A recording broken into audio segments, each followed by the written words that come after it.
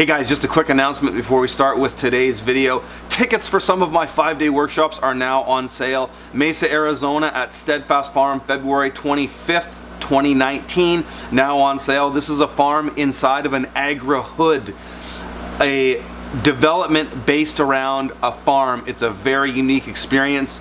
We have couples discounts below. I'll have them in the show notes as well as the tickets. And just as of today, tickets are on sale for La Ferme de Quatre-Temps. This is the experimental market garden of Jean-Martin Fortier, author of The Market Gardener. This is June 17th.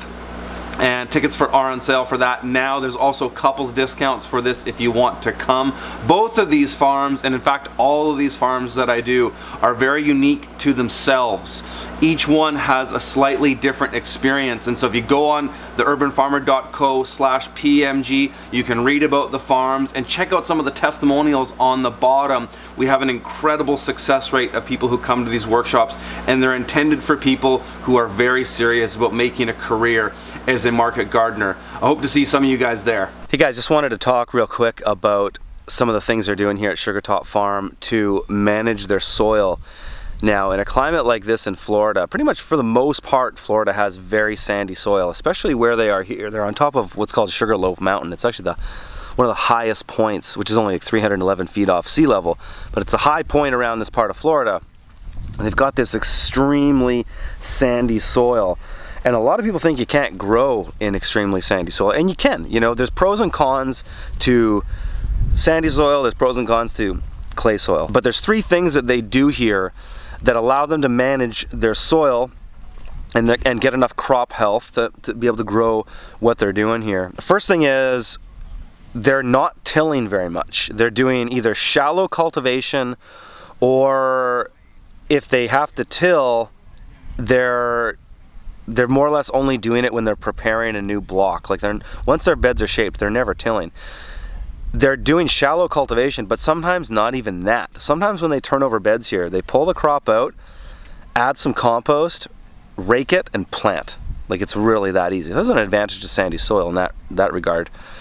The second thing is they are irrigating very methodically, and sometimes they're irrigating twice in the day.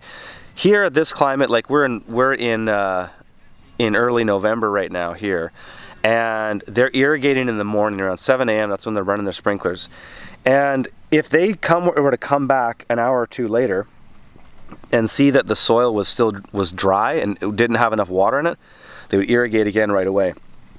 Sometimes the best way to do it is not irrigate for long periods of time, but do short bursts.